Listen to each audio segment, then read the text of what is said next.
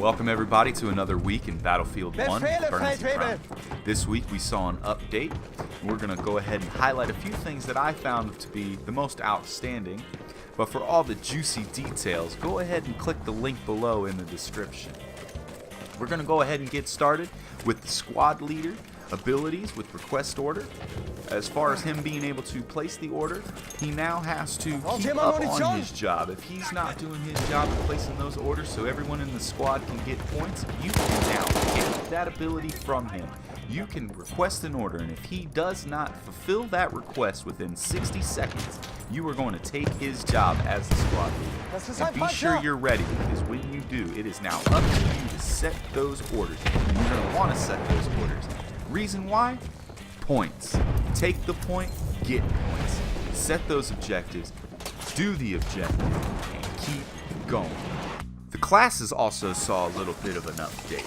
We're going to go ahead and start with the medic class just because it's my personal favorite. The self-loading rifles have been given increased suppression, as well as the syringe will now deal more damage the longer you hold the fire button down and jab that needle into their neck. Very similar to how Battlefield 4 operated with the defibrillator pads.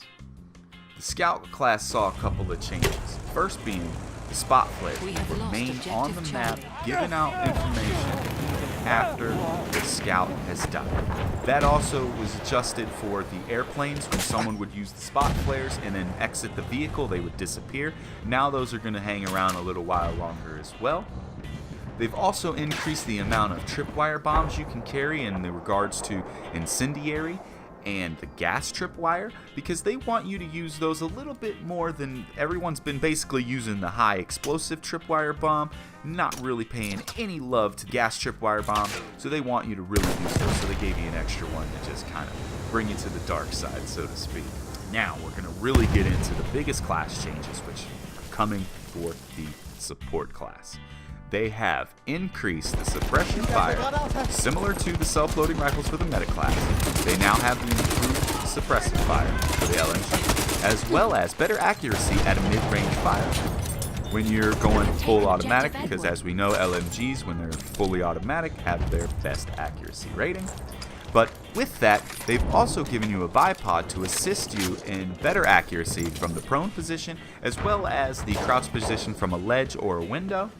The most important change that they've made that I cannot stress enough are the mortars.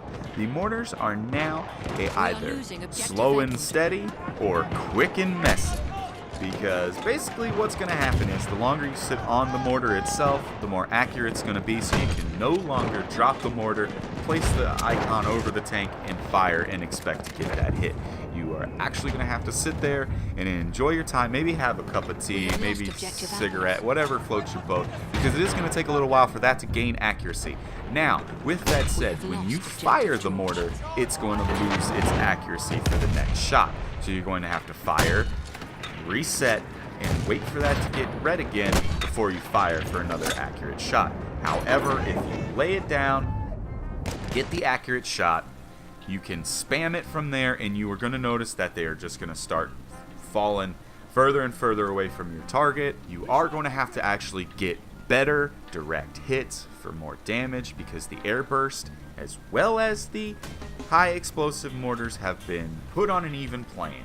So the further you are from the blast, the less damage it's going to do. So keep that in mind when you're on those mortars. Find yourself a position where you're going to have plenty of time to set up and get your shots down. There's no more getting creative and crafty and crazy, dropping it right in front of a tank and getting the hit. And a couple other things here too that I found to be interesting with this update. They fixed your ability to push prone soldiers on your team.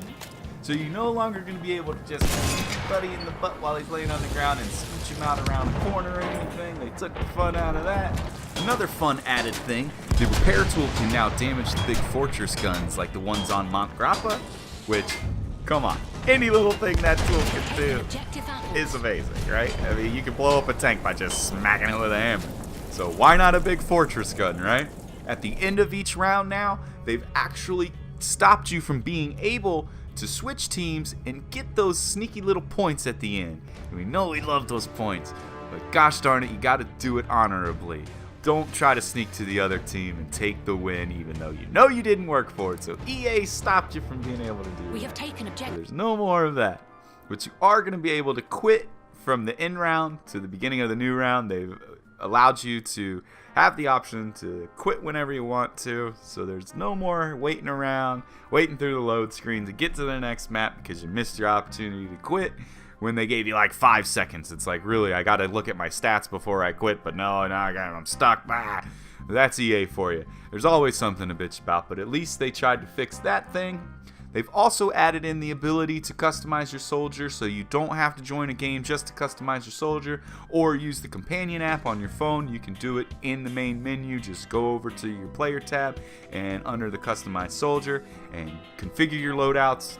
One cool thing about this update, probably the coolest thing, is that they're bridging the gap between PC and console players, because now console players can rent their own servers from EA, so you don't have to worry about the hardware. The hardware is going to always be up to date. It's going to be what your game requires, and it's going to be everything you need. The only difference being is the console runs at 30 hertz and the PC ones are going to run at 60, but you're still going to be able to adjust the bullet damage, the maps, the game modes, the weapons, the kill cam, the mini-map, the friendly fire, the 3D spotting, even the fog. You'll be able to tweak those to your liking so you can fully customize your game to how you like to play Battlefield.